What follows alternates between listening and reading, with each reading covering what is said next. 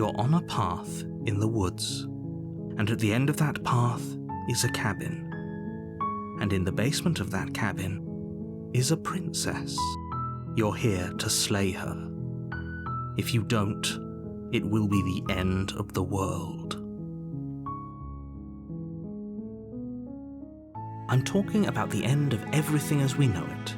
No more birds, no more trees, and perhaps most problematically of all, no more people. You have to put an end to her.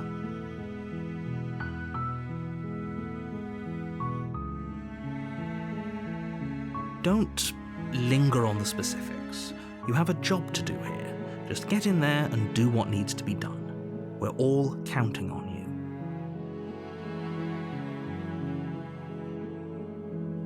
you. Does it? Are you a monarchist? Is slaying a princess that much worse than slaying a fisherman or a miller or a seamstress? If anything, slaying a princess is much better than slaying a seamstress. Seamstresses contribute something of value to society. Oh, if only that were the case, but I don't make the rules. I have to say, I'm surprised at your reluctance thus far, but unfortunately for the both of us, you're the only one who can pull this off. Like I said, I don't make the rules, no matter how much I wish I did.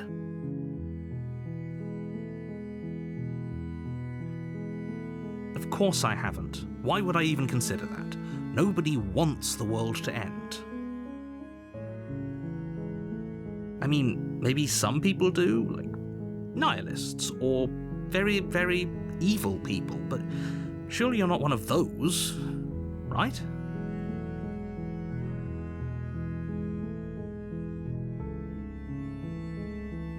Then I guess we'll just have to see what happens, but a word of warning. If you go in prepared to hear her out, she could easily trap you in her web of lies, and the more you listen to her honeyed words, the harder it'll be to pull yourself out. Then each and every one of us is doomed. So sure, go, talk to her, see how that turns out for all of us.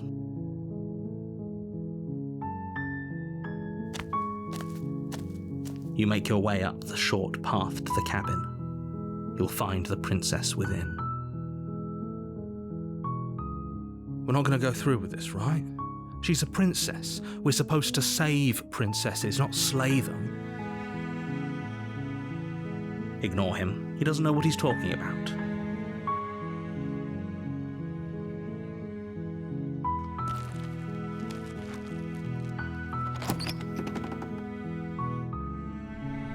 The interior of the cabin is almost entirely bare. The air is stale and musty, and the floor and walls are painted in a fine layer of dust. The only furniture of note is a plain wooden table. Perched on that table is a pristine blade. The blade is your implement. You'll need it if you want to do this right.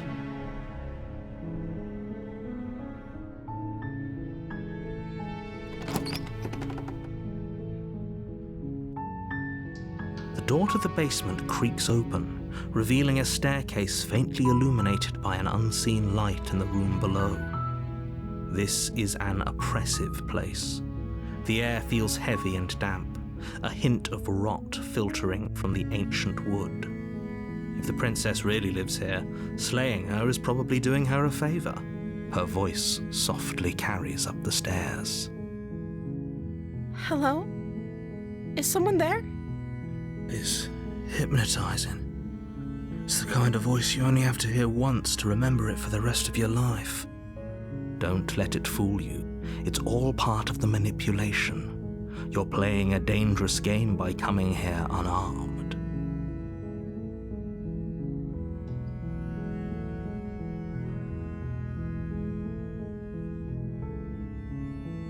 Don't be a stranger.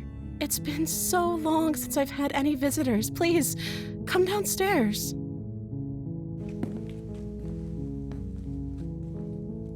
You walk down the stairs and lock eyes with the princess. There's a heavy chain around her wrist. binding her to the far wall of the basement. She's beautiful. How could someone like this be a threat to anyone? I am begging you to stay focused. There's a lot riding on you here. Hi. Do you think you can get me out of these chains?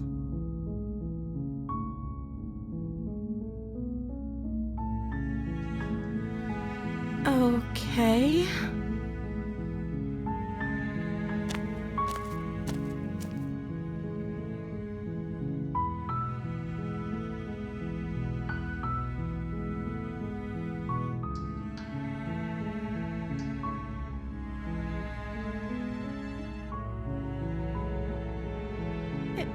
Is that why they threw me down here? But I don't want to hurt anyone. I like the world, I think. I don't remember much about it, to be honest. I've been down here for so long. That's... How long has she been locked away? Did they tell you how I'm supposed to end the world?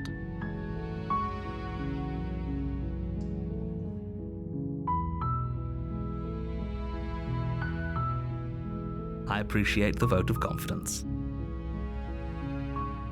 What if they're bad reasons, though? If they had good reasons for thinking I was dangerous, wouldn't they have shared them with you? I don't want to hurt anyone. I just want to leave.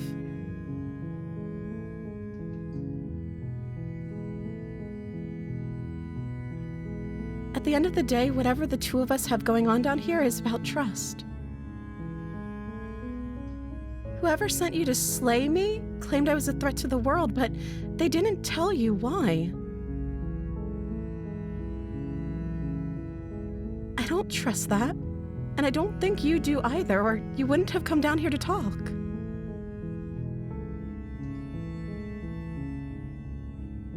She has a point. We're talking like this for a reason. So this shouldn't be about what I'd do if I got out of here, or me saying the right thing to convince you to save me.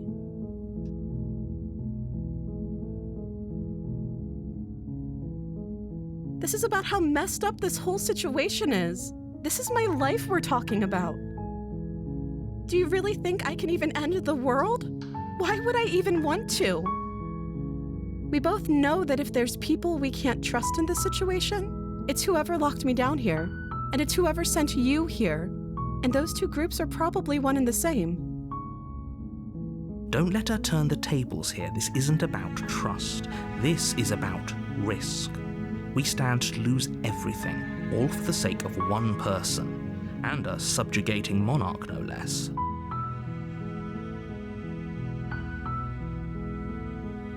I don't see what that has to do with anything. This is the only time this is ever going to happen, but I agree with the princess. That's hardly relevant. Okay, but actually, what has she been eating? She has to eat, right?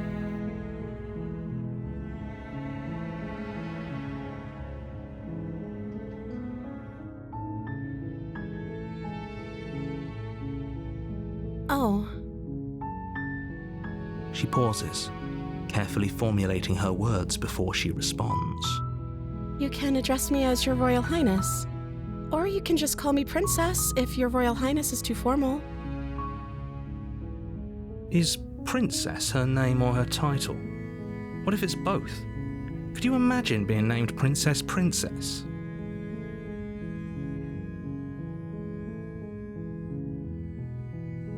Like I said, you can call me Princess if you'd like. I'm sorry, I've been down here so long, I guess I've just forgotten. I must have a name, though. Everyone has a name. Okay, that's weird.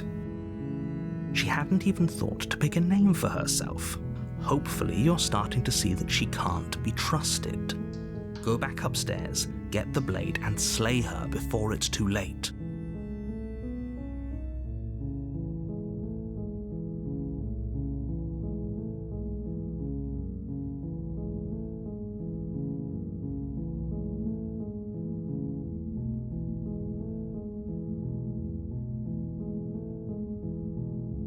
Thank you. You turn back to the stairs, intent on retrieving the blade in the cabin. You'll regret this. I promise you. But go ahead, run along and get whatever you're planning to get. But Slip these chains? She can't, right? She needed our help to get out of here. But do you hear the conviction in her voice? I don't think she's bluffing.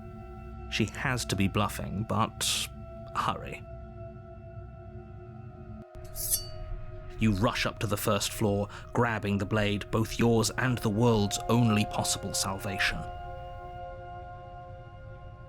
Okay, if we're sure about this decision, I'll support it. I suppose we have a world to save after all. You slowly creep down the basement stairs. It's quiet.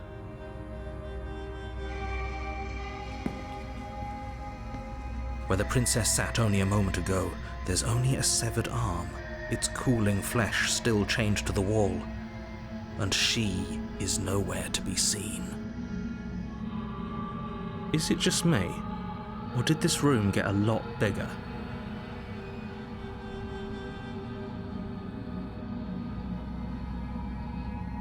Oh, you coward! no, I don't think we can. Why don't you come closer? I have something to show you.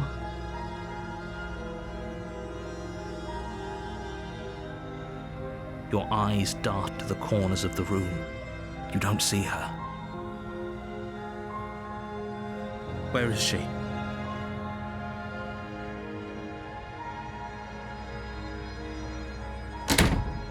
You close the door behind you. Almost magically, its locks immediately click into place. Maybe they'll open if you finish the job.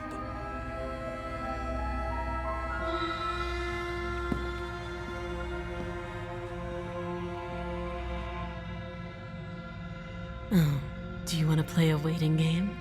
I've been down here a long, long time. I'm very good at waiting. You do your best to patiently wait her out. But eventually, exhaustion starts to set in. Come on, wake up. We can't fall asleep down here.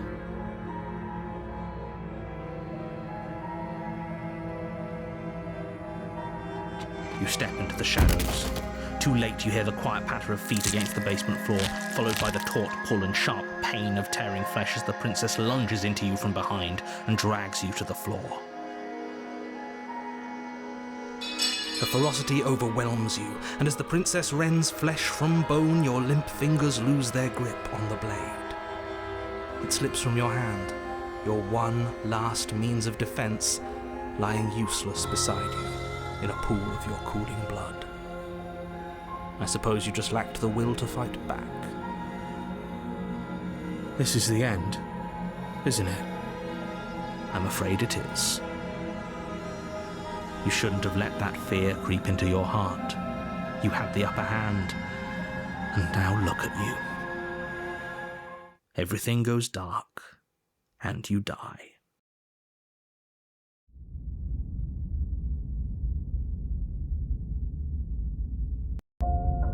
You're on a path in the woods, and at the end of that path is a cabin. And in the basement of that cabin is a princess. You're here to slay her. If you don't, it will be the end of the world.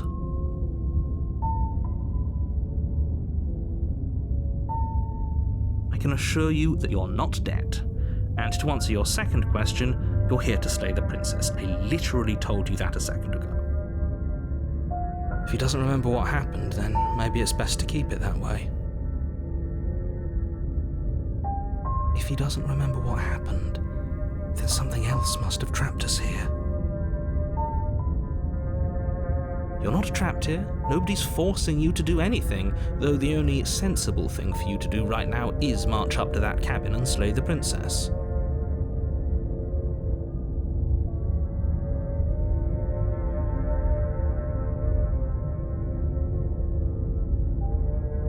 Those are two very different questions, but fine, I'll indulge you if that's what it takes to get you moving. Let's say for a moment that this really is the second time you've met me, or at least a version of me. You died last time, which probably only happened because you didn't listen to me. We did our best with the information we were given. And yet you still died, didn't you? So, great, congratulations, you've been given another chance to actually do this right. And I believe your other question was something along the lines of, oh, what's the point of doing anything? If you're asking that, it sounds to me like you're making the rather dangerous assumption that your actions last time around didn't have any consequences. What do you mean? Of course there weren't any consequences. We were killed by the princess and now everyone's right back where they started. That sounds pretty consequence-free to me. Yes, but in this purely hypothetical scenario, that begs the question of how you got back here. Did time simply rewind itself, or were you instead transported to a different world entirely? If it's the latter, what do you think happened after you died? Do you think the people there lived happily ever after? Or do you think that the princess, left unhindered, brought about the end to everyone and everything, just like I told you she would? All the more reason to keep our wits about us, should we even return to the cabin. We could find a safe little hole somewhere instead. You have to go to the cabin. If you don't slay the princess, she's going to end the world, which you're always going to be a part of, even if you're cowering in a hole. There's no escaping your responsibility here.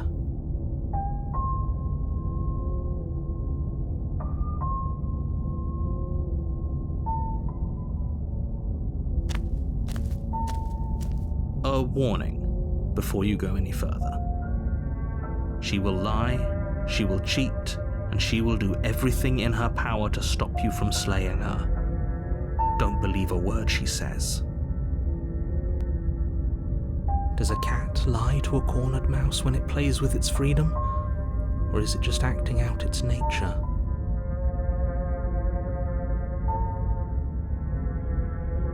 I don't see why that matters.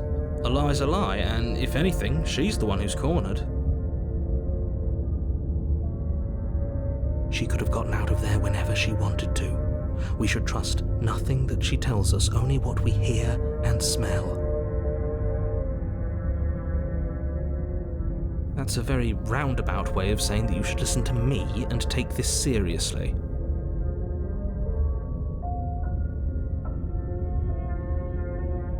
Maybe.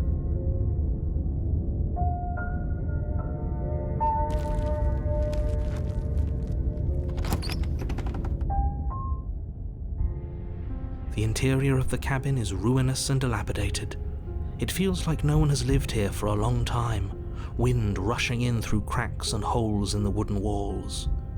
The only furniture of note is a termite-eaten table with a pristine blade perched on its edge. The blade is your implement. You'll need it if you want to do this right.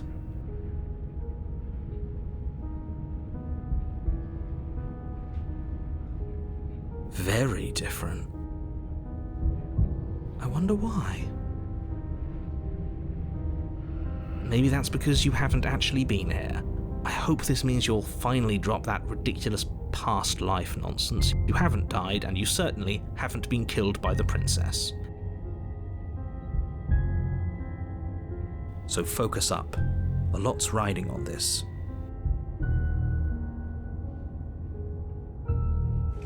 You walk up to the wall next to the basement door. It's a wall. There isn't much to see here. What are you talking about? This isn't a wall. It's a mirror. Or at least it'll be a mirror once we wipe off that layer of grime.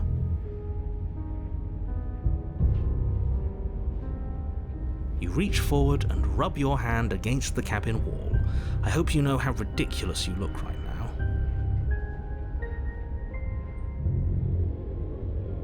But there was a mirror a second ago. And now it's gone.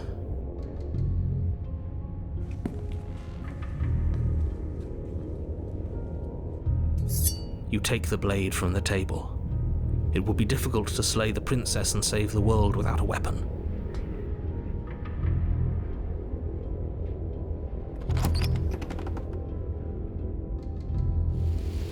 The door to the basement creaks open, revealing what's left of an old wooden staircase.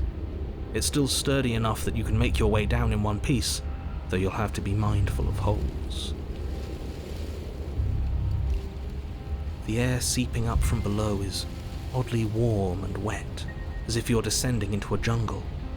If the princess lives here, slaying her would probably be doing her a favor. She growls up the stairs. I can smell you. She sounds almost feral. Impatient. Or maybe eager. You carefully make your way down the stairs. The last step gives way to the damp earth floor of a starlit pit. The walls are obscured by an impenetrable darkness, giving the illusion that the room might stretch on forever. You brush against the wide leaves of plants that surround you on all sides, seemingly the only living things that occupy this strange underground wilderness. The jungle is pressing in on us, hiding her from view. She could be anywhere. You see only a flash of the princess before she scurries away into the underbrush, dragging her heavy chain behind her.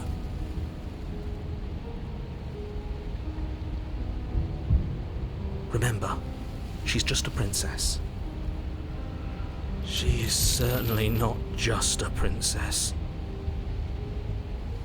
You're not helping. It doesn't matter what she is. It only matters what she does. Her shining eyes appear between the leaves, staring hungrily at you from the darkness. I can hear your heart pounding from the bottom of the stairs, fledgling. You're right to be terrified. I'm so much more than you. And a little splinter clutched in trembling hands won't save you from me. A shiver rushes up your spine and pulls you upright. The air's shifting. She's getting ready to pounce. Move, now.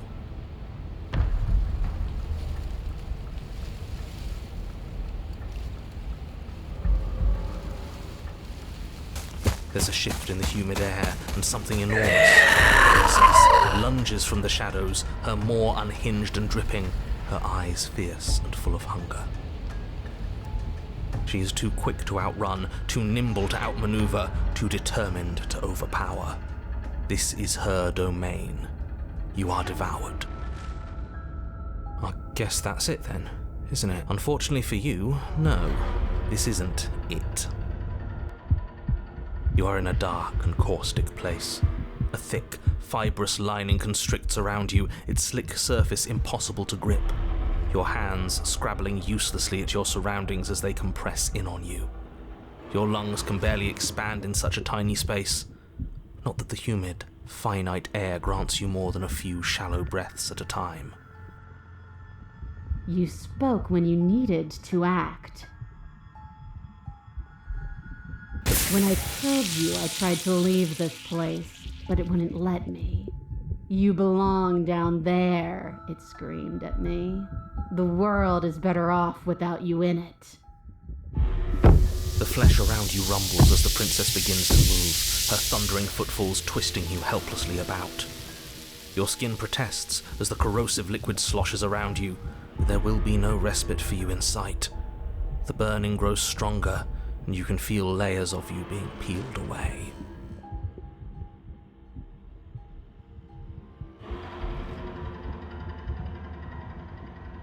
But you don't belong down here.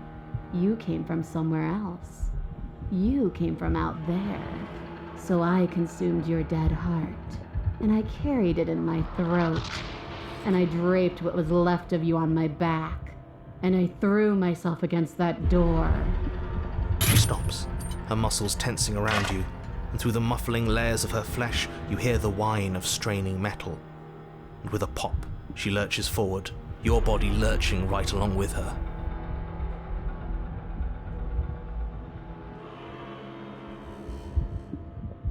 Her chains. She's loose. But even then, it denied me freedom. You cannot fool me by draping yourself in decay. I know your true nature, and it is suffering. Gravity pulls at you as you're hefted upwards, the distant creaking of ancient wooden steps barely audible over the thudding of the princess's heart.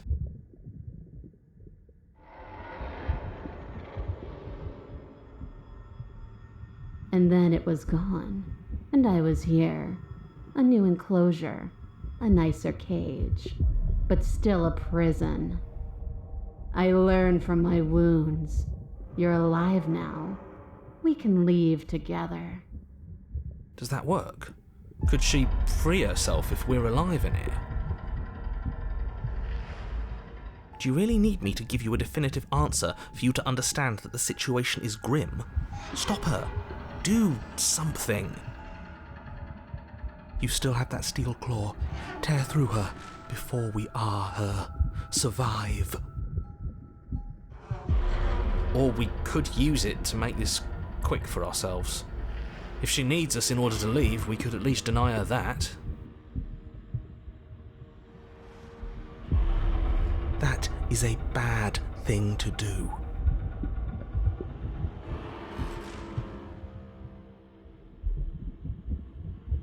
I acted on my will, fledgling, and you acted on yours.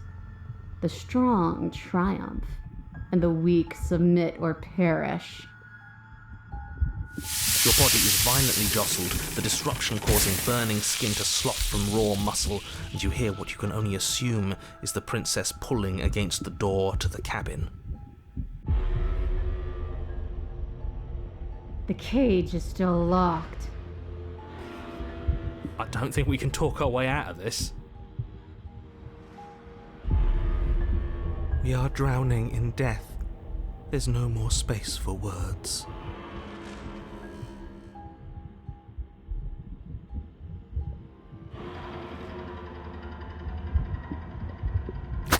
Though you have little room to move, you use what strength you can muster to drive the blade forward into the thick walls of tissue digesting you. I can feel you tearing through me, but are you swift enough for it to matter? The pulling returns to banging as the princess desperately throws everything at the cabin door. Your flesh screams as your reddened, spongy body is hit with fresh waves of blistering acid.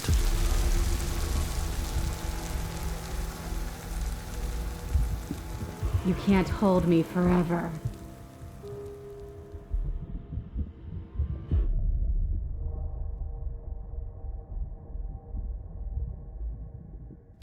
You slice again, deeper, rooting through her meat with the tip of your blade, until at last it finds her beating heart.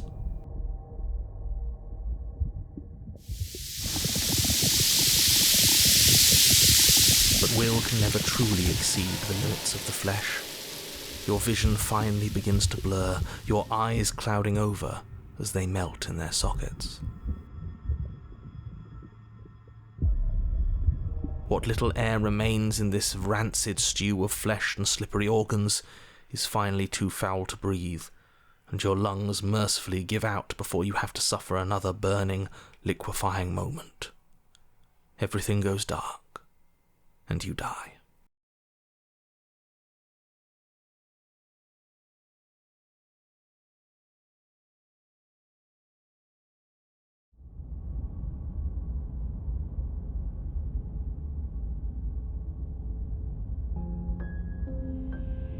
We are a path in the woods. We have no beginning, and we have no end. But something cold and unnatural sits watching us from just beyond our edge. His gaze pushes against our borders, curling them in on themselves, preventing them from stretching to the places they need to reach. No, that's all wrong. You're not a path in the woods, you're on a path in the woods. Who's even saying that? That's not the princess, is it? Oh no. How many times have you been here? I think this is our third? That's bad. That's very, very bad. It wasn't even supposed to reach 2. If you're at 3, well, no wonder things aren't the way they're supposed to be. Let's get our facts straight. What happened last time? What could you have possibly done for things to be like this? The thing that sits beyond our edge speaks his logic into us. He tries to grasp at things that cannot be grasped. He tries to stare with wide pupils at that which can only be held from the corner of the eye or with a passing glance. Shut up. The rest of you, talk. What happened? What did you do? Can she hear us if we talk? I can hear everything, little one, but you don't have to be afraid of me. There's no place where you end and I begin. Nothing can hurt you here. Not anymore. That's just because she devoured us and we dissolved away. We don't even exist as a body anymore. We're still here, though. And if we're safe, isn't that better? She ate you. And now you're convinced that you're stuck together. What a mess. He doesn't understand. We aren't convinced of anything, and we aren't stuck together. We're one. This is how we're supposed to be. Can't you feel it? I guess that's it then. This is us now. We're the woods. Okay.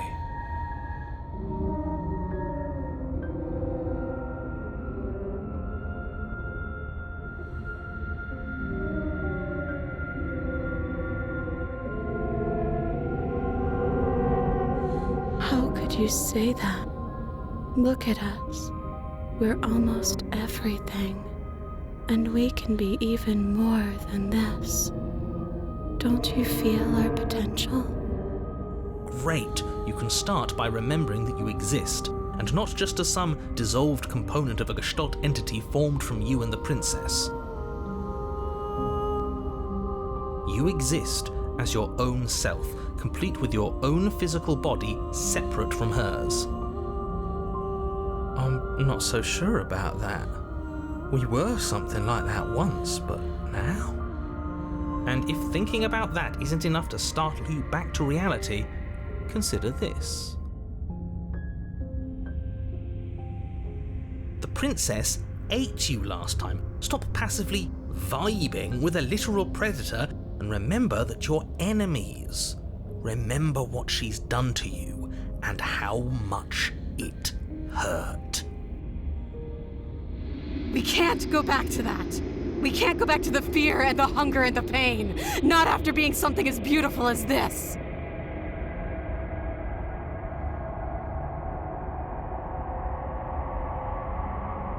Doesn't all that conflict feel so far away right now? So petty? We've been posed against each other by something that understands the strength of our unity. I can feel a thumping, a heartbeat, like a distant terror that keeps getting louder the more we pay attention.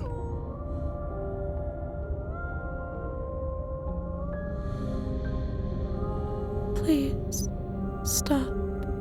If you let it in, we'll fall apart. Don't look at it!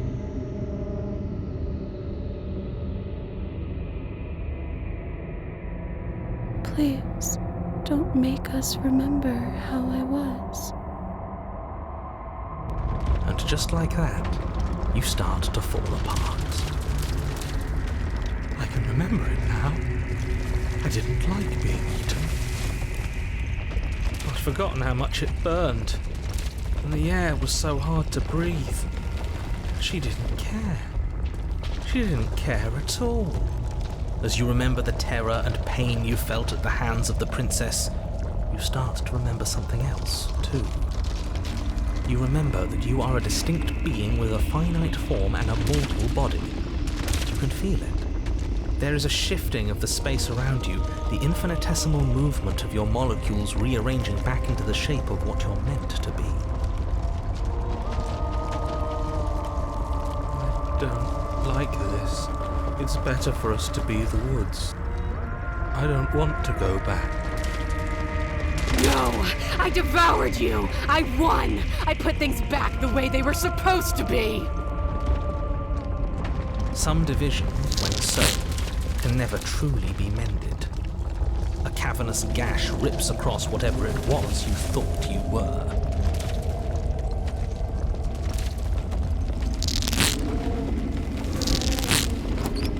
A cabin comes into being among the trees. It approaches, and it swallows your body whole. And then you find yourself, blade in hand, exactly where you need to be. At the center of it all is the princess, a wooden and fleshy heart beating with an unbroken rhythm. You're filled with a sense of purpose. Strike at her. End this once and for all. I feel empty, don't you? We're just like her, and she's just like us. We never should have left her. I feel safe. She isn't dangerous anymore. We could leave her. We could both live. Do we have to do this? You have to. You know you have to.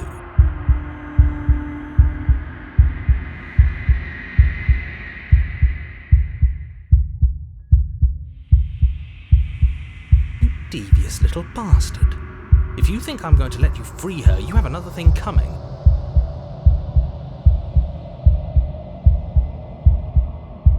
And that other thing is... We'll just have to wait and find out when it happens. Ignore him. His words only confuse us. Just do it. You're tired, aren't you? No, I'm not. I'm... fine. Whatever. Cut the princess down from the roots that bind her. I hope you're happy. Good luck getting her out of here. I think we are happy, actually. We might not be a part of her, but being around her is almost the same. Almost. I didn't think you would do that after everything. It's so cold without you.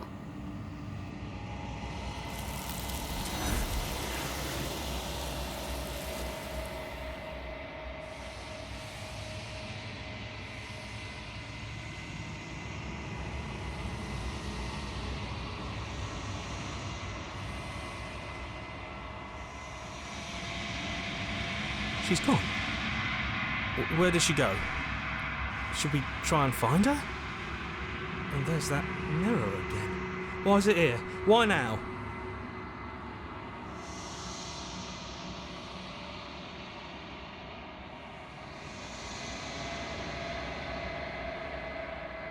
He is. Does that mean the world ended? It hasn't ended. We're still here. Figures the world would end and leave us with all this nothing.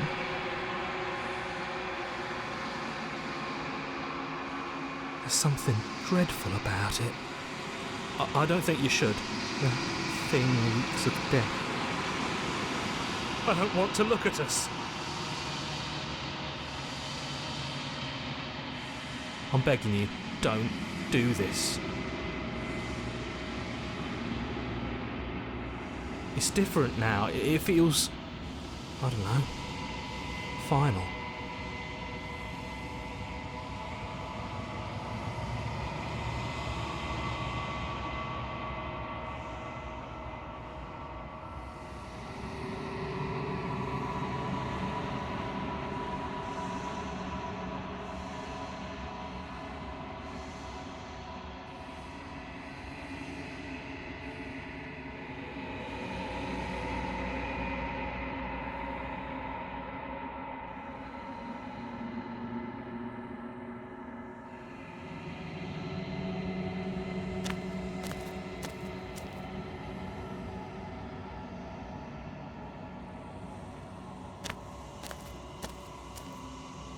Something finds me in the long quiet and brings me the gift of a fragile vessel.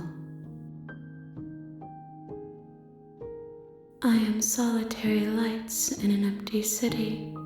What are you?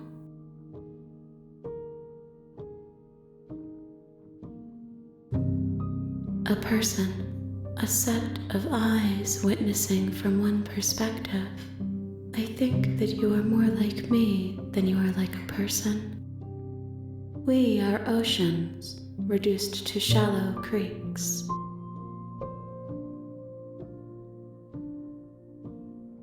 How can the world have ended if we are talking?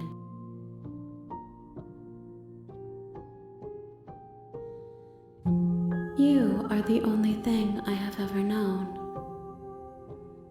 The space we're in is vacant.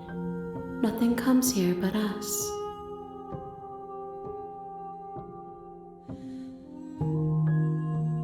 I have only just now stirred to consciousness. I could not have trapped you here, and I too yearn to be free. She is part of me, and part of me is her. You speak in circles. Does it matter where one thing begins and another ends?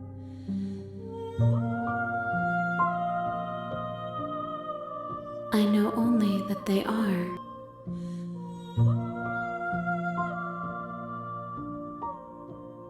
Yes, nerves and fibers to feel the worlds beyond, perspectives to make my own. This one is like a shadow of me, a memory of what she used to be, bound to the wounds of distance and time. She will make for a scarred and beautiful heart. Do not mourn her. She has finally found peace.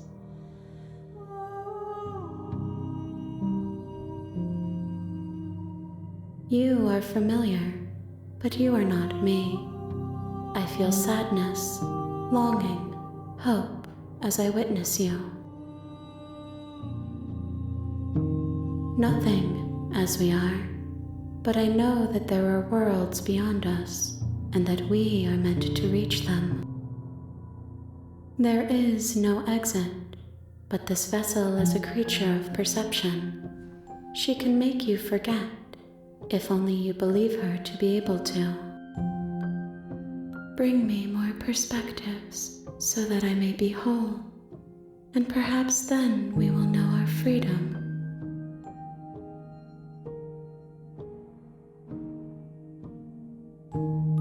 I have not lived. I am not afraid to die. More than you have found, but less than there are to find. I am infinite. The rest will find their own way home. You ask of things that cannot be done. To destroy is merely to reshape, to remold. How can I know? I am flickers in something sprawling and unilluminated.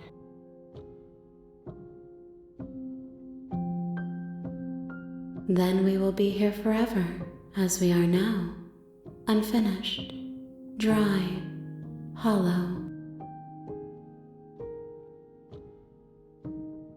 Everything, until we meet again.